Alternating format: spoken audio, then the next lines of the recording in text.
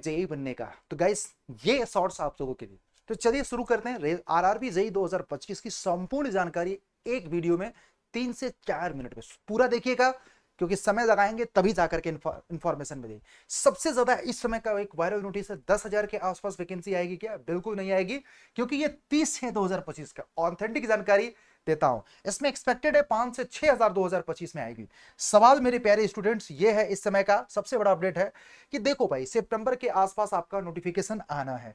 फिर उसके बाद सबसे बड़ी बात, वैकेंसी कितनी है? देखो पिछली बार आप लोगों की वैकेंसी 7,951 आई थी, बट इस बार इससे कुछ कम आने के आसार हैं, लेकिन आएगी जरूर, यह एक चीज याद रखना। अब सबसे बड़ी बात यहाँ पे सिविल, मैकेनिकल, इलेक्ट्रिकल और इलेक्ट्रॉनिक्स इंजीनियरिंग या इससे अलाइड ब्रांच से अगर आपने बीटेक का डिप्लोमा कर रखा है, एलिजिबल है। 18 से लेकर एज लिमिट की बात किया जाए 18 से लेकर 33 ईयर, और ओबीसी के 18 से 35, एससी एसटी 18 से 37। सबसे बड़ी बात, सीबीटी 1 का एग्जामिनेशन पैटर्न की बात किया जाए तो ये आप लोगों का सीबीटी 1 का एग्जामिनेशन पैटर्न है। सबसे ज्यादा कंफ्यूज होते हैं बच्चे, क्या ये क्वालिफाइंग नेचर में है, लेकिन याद रखना इसमें मार्क्स अच्छे रहते हैं तो ज्यादा से ज्यादा नंबर ऑफ पोस्ट के लिए क्या हो जाते हैं, एलिजिबल हो जाते हैं सीबीटी 2 में। फिर उसके बाद सीबीटी 2 जो कि मेरिट आपको डिसाइड करता है। आपके सीबीटी 2 में ये सारे सब्जेक्ट हैं और आपका रिस्पेक्टिव ब्रांच का टेक्निकल, और इसमें जो कट ऑफ जाता है सीबीटी 2 का आउट ऑफ 150, कम से कम आप मान के चलो 110। लेकिन हमारा टारगेट सिर्फ कट ऑफ नहीं होना चाहिए, हमारा टारगेट है कि अच्छे से अच्छे डिपार्टमेंट में सिलेक्शन लेंगे, आपको 120 के ऊपर आपको लाना पड़ेगा, चाहे आपके पास सिविल हो, चाहे मैकेनिकल, चाहे इलेक्ट्रिकल।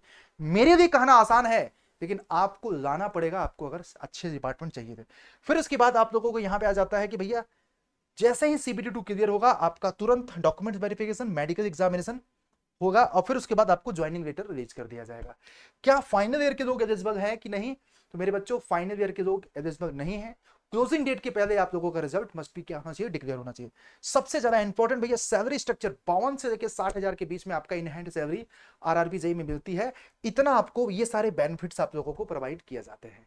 सबसे ज्यादा इंपॉर्टेंट भैया नॉन गस्टेड बोर्ड्स है, और इंपॉर्टेंट चीज की यहां पे अगर देखा जाए, सिलेक्शन का हैक जो है, कंसिस्टेंसी आपको बनाए रखना पड़ेगा, मॉक टेस्ट, कॉन्सेप्ट की क्लैरिटी और पीवाईक्यू। और एक चीज और, प्रमोशंस की अगर मैं बात करूं तो आरआरबी जेई में एज अ जेई आप ज्वाइन करेंगे लेवल 6 पे, उसके बाद सीनियर सेक्शन इंजीनियर बनेंगे लेवल 7 पे, असिस्टेंट इंजीनियर बनेंगे लेवल 8 पे, डिविजनल इंजीनियर बनेंगे लेवल 10 और 11 पे, सीनियर डिविजनल इंजीनियर 12 पे, डिप्टी चीफ इंजीनियर लेवल 13 पे, और यहां तक पहुंचने में 20 से 25 साल लग जाएंगे। यहां पे अप्रोक्सीमेट कितने ईयर में कहां कहां अगर आपका काम अच्छा रहा तो गाइस करियर ग्रोथ बहुत अच्छा है। आपको अपनी प्रिपरेशंस पे ध्यान देना चाहिए, और प्रिपरेशंस करना है तो चैनल को सब्सक्राइब करो एंड वीडियो को लाइक कर देना, और साथ में अगर प्रिपेयर करना चाहते हैं इंजीनियर सटा के साथ, भारत की विश्वसनीय